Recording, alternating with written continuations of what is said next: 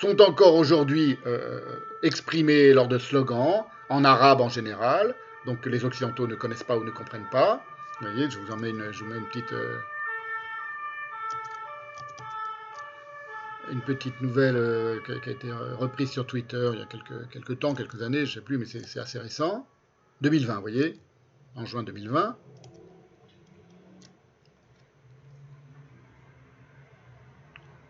Lors de manifestations pro-palestiniennes et anti-israéliennes, et que ces slogans qui font allusion donc de manière vindicative et victorieuse au massacre des Juifs par Mahomet, ne sont jamais réprouvés ni par la théologie musulmane, ni par la culture arabe, ni par les antisionistes occidentaux. Et j'ai même longuement montré la dernière fois comment Maxime Rodinson en venait à les justifier intellectuellement, politiquement et névrotiquement. Or, ces premiers massacres de Juifs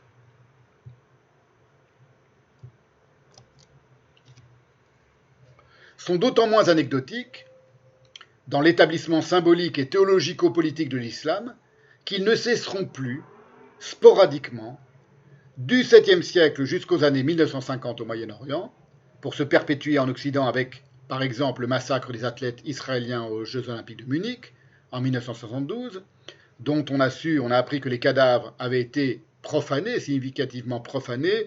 L'un des athlètes avait été castré par les terroristes du Fatah, l'OLP. Les tueries sauvages de juifs parfaitement inoffensives, comme à Paris en 1982 au restaurant Goldemberg, de la rue des Rosiers, et jusqu'à Toulouse en 2012, par Mohamed Merah, à qui la mère enseignait, on a appris tout ça lors des procès des attentats de 2012, de Toulouse, à qui la mère enseignait que les Arabes étaient nés pour détester les Juifs. Alors, retenez bien tout ça, je vais vous montrer la cohérence qu'il y a entre disons, le statut traditionnel du juif, du yaoud, dans l'imaginaire musulman, et par exemple, un attentat comme celui de Toulouse en 2012, avec la mère du terroriste, notez bien que c'est sa mère qui lui tenait ce propos, enseignait que les Arabes étaient nés pour détester les Juifs. On va y revenir tout à l'heure, à la question de la mère musulmane. Il faut comprendre donc la raison, c'est l'objectif c'est la justification de la séance d'aujourd'hui, de cette transmission d'humeur massacrante. Pour comprendre dans la foulée l'invraisemblable front du refus arabe, opposé d'emblée à toute entente avec le sionisme, depuis le début du XXe siècle jusqu'à aujourd'hui. Cela permet de comprendre aussi le suicidaire bousillage par les dirigeants palestiniens de toutes les chances de faire la paix, et surtout de disposer un jour de leur État. Parce qu'il y a une politique palestinienne, arabe d'ailleurs, depuis le début, depuis la création de l'État d'Israël, qui est suicidaire pour les Palestiniens. Pas tellement pour les Juifs, mais pour les Palestiniens. C'est-à-dire que les Arabes, c'est ce que disait le célèbre diplomate israélien Abba Eban, « The Arabs never miss an opportunity to miss an opportunity ». Les Arabes ne manquent jamais une opportunité de manquer une opportunité. C'est vrai des dirigeants arabes et des dirigeants palestiniens depuis toujours, dans leur rapport avec Israël. Pourquoi ? Voilà. On ne peut le comprendre que si on revient sur la dimitude et le statut du juif dans l'imaginaire musulman. Sinon, c'est incompréhensible. Voilà, ce que j'appelle le refus arabe. C'est très important de connaître ce jeu. Là, on revient sur la question de l'antisionisme et du conflit israélo-arabe. Mais c'est très important parce que je vais maintenant, aujourd'hui, revenir en arrière, chronologiquement, et montrer d'où ces choses-là surviennent. Où ces choses-là, où cette attitude suicidaire, hein, je le répète, suicidaire pour les Palestiniens. C'est pas un hasard si d'ailleurs ils ont érigé le suicide en mode de combat. Il y a un certain rapport au suicide, on verra ça tout à l'heure. J'en ai parlé d'ailleurs à propos de la question du génocide. Hein, il y a quelque chose de suicidaire dans le nihilisme contemporain, et ce nihilisme-là, il date pas d'hier, et l'idéologie pro-palestinienne, la cause palestinienne, le combat palestinien, est profondément nihiliste depuis toujours, depuis le début. On va en examiner aujourd'hui certains éléments. En tout cas, une des plus patentes illustrations de ce qu'on appelait le refus arabe, donc le refus de traiter de quelque manière que ce soit avec les israéliens, c'est-à-dire avec des juifs qui, pour la première fois dans l'histoire de l'Empire musulman et dans l'histoire des relations entre l'islam et les juifs, refusaient d'être des dhimmis. C'est pour ça que j'en parle. Les sionistes, ce sont simplement des juifs qui ont décidé qu'ils ne seraient plus des dhimmis. C'est-à-dire que lorsqu'on les agressait, ils se défendraient eux-mêmes. Ils devenaient autonomes. Ils se sont émancipés de la dhimmitude. C'est ça qui caractérise en réalité le sioniste originel, à la fin du XIXe siècle. Le front du refus, c'est par exemple, les conséquences de ce front du refus se font sentir encore aujourd'hui en Palestine, ce qu'on appelle la Palestine, c'est-à-dire la Cisjordanie et Gaza. C'est le congrès de Khartoum du 1er septembre 1967, donc juste après la guerre des 6 jours, en juin 67, et de ce qu'on a appelé les 3 noms de la Ligue arabe. La Ligue arabe à l'époque, c'était l'Égypte, la Syrie, la Jordanie, le Liban, l'Irak, le Maroc, l'Algérie, le Koweït et le Soudan. Après donc la conquête de la Cisjordanie par Israël, la Cisjordanie, c'est pour les Juifs, c'est la Judée et Samarie, pour les Arabes, c'est ce qu'on appelle la Cisjordanie, j'en reparlerai dans une autre séance, c'est l'endroit où, s'il y avait la paix, aurait été établi l'État palestinien, à côté de l'État d'Israël.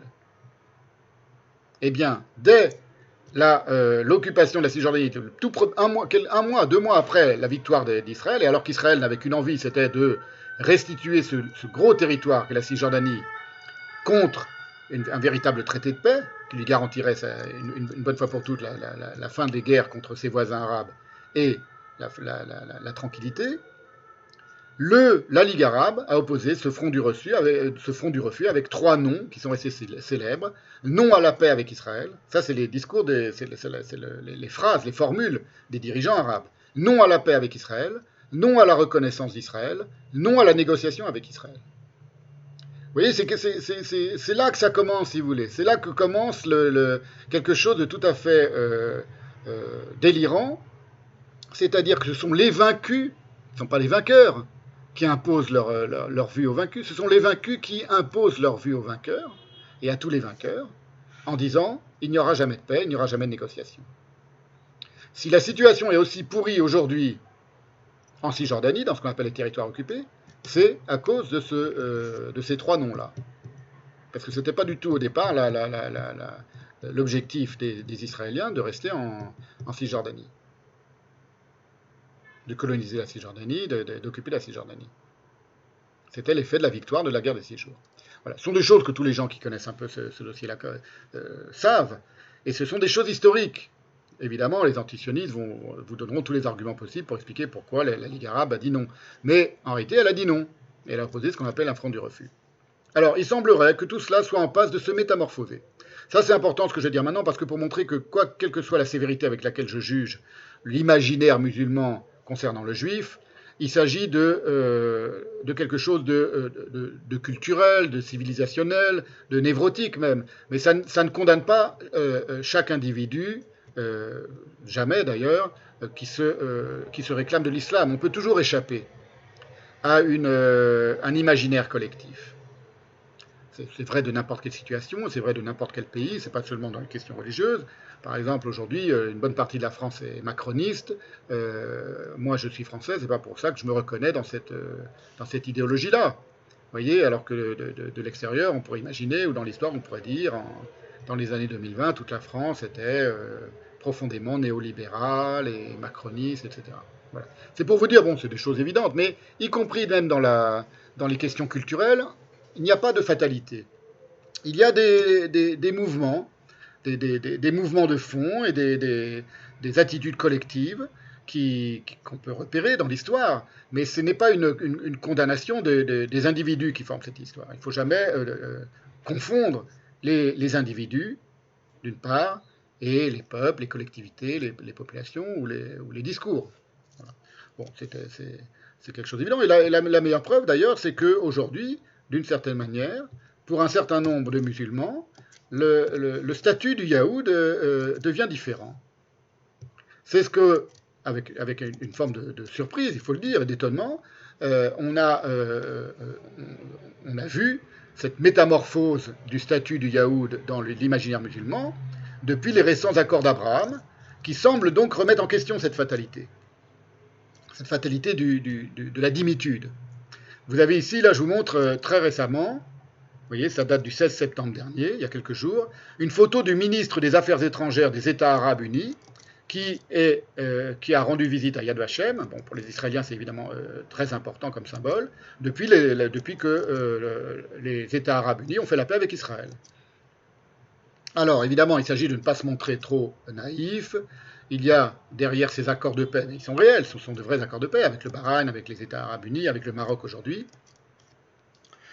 Il y a évidemment les intérêts économiques, industriels, militaires et même théologiques. Hein, le conflit entre le sunnisme et le chiisme a partie liée dans ces accords de paix, et il joue un rôle majeur.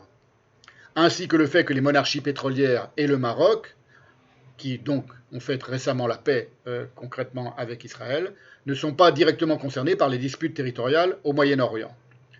Mais on pourrait dire aussi que l'Égypte et la Jordanie, qui ont aussi fait depuis longtemps maintenant la paix avec Israël, eux sont concrètement concernés par les disputes territoriales de la région, ou inversement que l'Iran et l'Algérie, qui sont profondément adversaires d'Israël, et l'Iran de manière active, l'Iran est en guerre contre Israël, n'ont pas non plus de raison territoriale d'être en guerre contre Israël. Il n'y a aucune frontière commune, aucune dispute territoriale, même dans l'histoire des rapports entre l'Iran et Israël, par exemple, ou l'Algérie et Israël, il n'y a aucun rapport. Voilà, donc ça veut dire que selon les endroits, selon les pays, selon les décisions politiques, principalement, un pays musulman ou une collectivité musulmane décide d'abandonner ou pas l'idée qu'elle se fait du juif, du yaoud. De remettre en question, de réformer sa propre conception de ce que c'est qu'un juif. C'est quelque chose d'assez banal. C'est pas que c'est banal, c'est quelque chose qu'on a vu dans d'autres, de tout